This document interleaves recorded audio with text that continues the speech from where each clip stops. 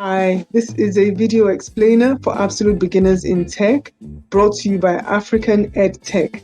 You can call me Mimi Digital, and we aim this series at people from the African diaspora who may speak Pidgin, Creole, or Patois. So welcome to part 5 of 5 in the series. And in this video, we're going to recap what we've talked about and point you to additional information just as a roundup. After watching the explainer videos from number 1 to 4, you should be in a position to decide what you want to do next with your digital future. In videos 1 to 4, we looked at the core meaning of software and hardware.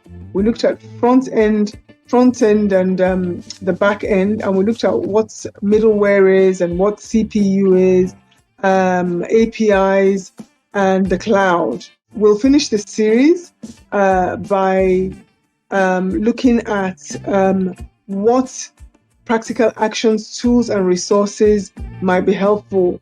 We'll also look at profiles of tech leaders. We'll provide you with profiles of tech leaders, people you can follow, innovators of African origin or from the African diaspora, just to help you move forward in your own digital journey. So write down 1 or 2 things that you didn't know before, now that you've watched all the videos, and ask yourself what you want to do next. Stay online, start exploring, press pause, take a screenshot, share the video. But I think what's important is to really write down what questions you want to answer. What problem do you want to solve with tech, for example? Where do your existing skills fit in? Do you have to be an engineer to work in tech, or a coder? There are some non-coding jobs. Which ones can you find your way into?